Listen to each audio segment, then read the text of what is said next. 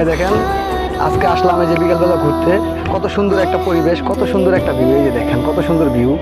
তো আসলে আমরা কাজ কামে এত ব্যস্ত থাকি যে আমাদের সময় হয় না হাতে, কিন্তু না, মাঝে মধ্যে সপ্তাহে 2-3 দিন বিকেলবেলায় হাতে সময় নিয়ে আধা ঘন্টা হলো আপনার এরকম প্রাকৃতিক পরিবেশে ঘুরে যাওয়া উচিত প্রত্যেকটা মানুষের জন্য। কারণ এইভাবে আমাদের মন মানসিকতা ভালো থাকে। দেখেন আমরা ছোটোকালে কিন্তু খেলাধুলা করছি, তাই আমাদের মন ভালো ছিল। এখন আমরা কাজ কাম করি, টাকা চিনি, এখন আমাদের মন মানসিকতা একদম রবটের মতো হয়ে গেছে। অল্পতেই মেজাজ খারাপ হয়ে যায়, খিটখিটে হয়ে যায়। কিন্তু এরকম পরিবেশে যদি আপনি সপ্তাহে 2-3 বার ঘুরতে পারেন, আমার মনে হয় যে আপনি আল্লাহর রহমতে সারা সপ্তাহটাই ভালো কাটতে পারবে।